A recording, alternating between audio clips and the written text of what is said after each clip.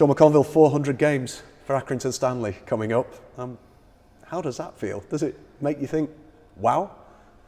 I was reflecting on it last night, and you think back to certain games and certain moments, and you think back to some of the lesser moments as well, and some of the disappointments that you'd have throughout them games, and it does make you proud, because there's a lot of lads growing up who I played with who probably had a bit more ability than myself, and I've seen it throughout the game.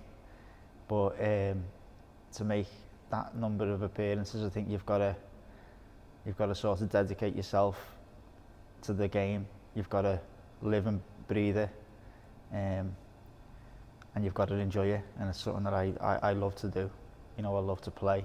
It's something I've loved since I was a kid, and it's something that hasn't grown out of me. And as I say, I've seen it grow out to players before and who aren't in the game, who probably have a lot more ability than me. But it's, as I say, I am proud to make that many appearances. I don't want to stop now, but reflecting back, it's something it's something I am extremely proud of. But I'd say my love for the game and my dedication towards the game has got me to 400 definitely. Have you seen the good times and the bad here? I have. I've seen the bad times. When I first arrived, I was fortunate to come into a club that was full time from where I was playing part time when I was 17, 18. My dreams were made true by the manager and Eric Worley giving me that chance to be a full time footballer from working and playing part time. But at that stage, the club was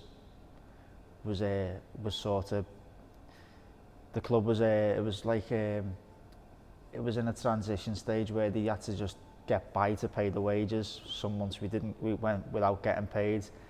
The onus was on FA Cup ties to progress through them, to make sure that you did get paid at certain stages. And although at the time it was tough, especially having a baby early, the last thing you want is not getting paid on time, but I look back at it with fond memories. It stood me in good stead to where I am now.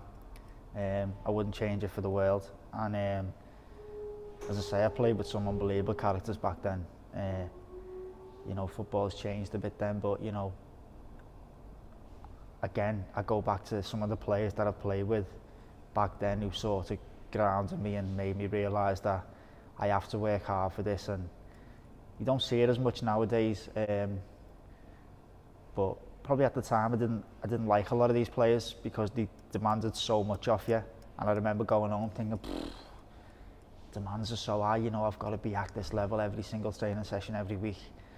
For these experienced players for you to feel part of it, but it stands you in good stead, and I've seen I seen it with Mark Hughes and Dion Charles. Mark used to get on Dion quite a lot, and I remember Dion used to hate it, but I always knew it would make Dion a better player, and Dion took it.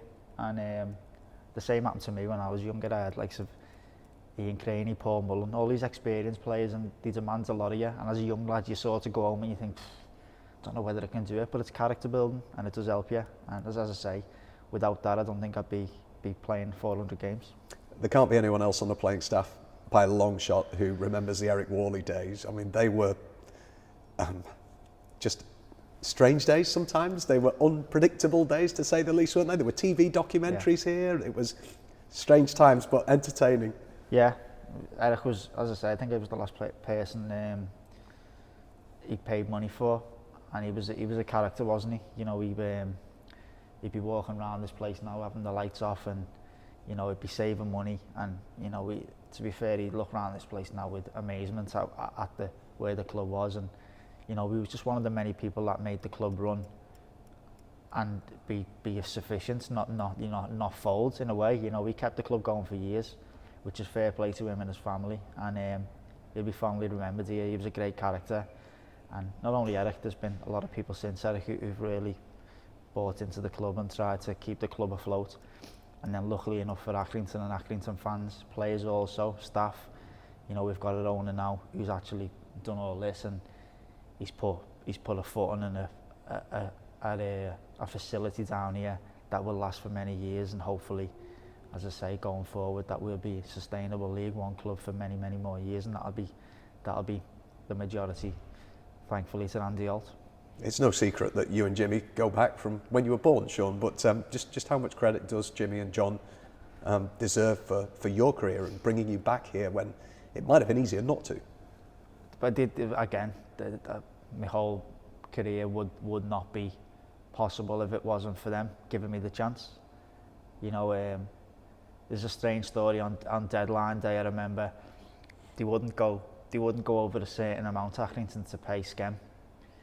And I remember it was deadline day, and I was thinking, if this falls through, like, I'm going back to work in the morning, where I'm going to play football in the morning if it does go through. So I had to push that move through.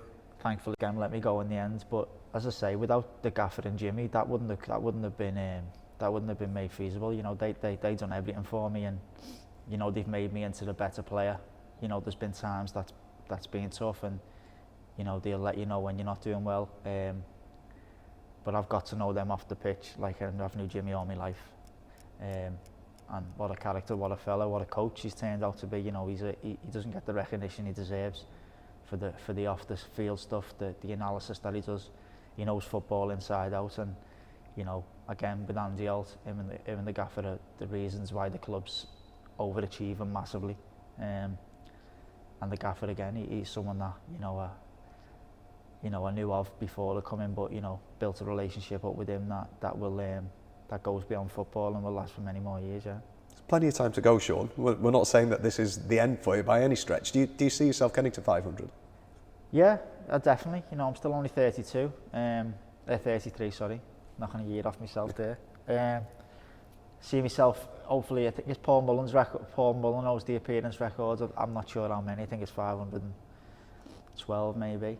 So hopefully I can pass Paul's record, which would be a remarkable achievement to be the all-time appearance holder. I know I'm the Football League one. And this season we've got plenty more games to go, and you know, we've got plenty more results to get in the bag, and hopefully we can start building on the win that we had last week at home to Cheltenham, and you know, we can put a run together that puts us a bit more comfortable in the table to maybe look going up instead of looking over our shoulders come November, December. Was that a relief last week to get that victory? Massive. It was a massive relief because, you know, we went three losses on the bounce where we didn't deserve to lose. You know, people say like, you know, in the games we lost, you know, Ipswich 0-0. Probably Ipswich are marginally the better side, but not in the game. We lose a set play, which is unlike us. Then we go to Forest Green, by far the better team, get beat 2-1, didn't deserve, and then we go to Wickham, and for large spells of that game, the better team. So we felt a little bit hard done by that. We had no return point-wise in them games. But, you know, we grinded the win out last week. We started really well.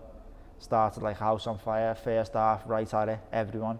Scored early. And then sort of got nervous a bit second half, which you're likely to do when you've lost 3 games on the bounce. Sort of sat in. But to be fair to Cheltenham, they had a lot of balls in the box and a little bit of territory, but they didn't really make Lucas make an outstanding save, you know. So we've seen the game out, and that's what we have to do. We have to build on that now. We have to go to Bristol Rovers, who are a good side, and we have to hopefully get a win there, and then it builds into a local derby next Saturday, which will be unbelievable. Fair to say you know Joey Barton a little bit? Yeah. My dad played football for Knowsley United, and he played with Joey's dad. So my dad's got fond memories with our Joey. You know, he talks very highly of him, and yeah, it's someone that I've got a huge amount of respect for, and another result that I look for after ours, that hopefully I'd like to see them do really well. You know, made up, they got promoted, a lot of friends down there, and looking forward to seeing them, and hopefully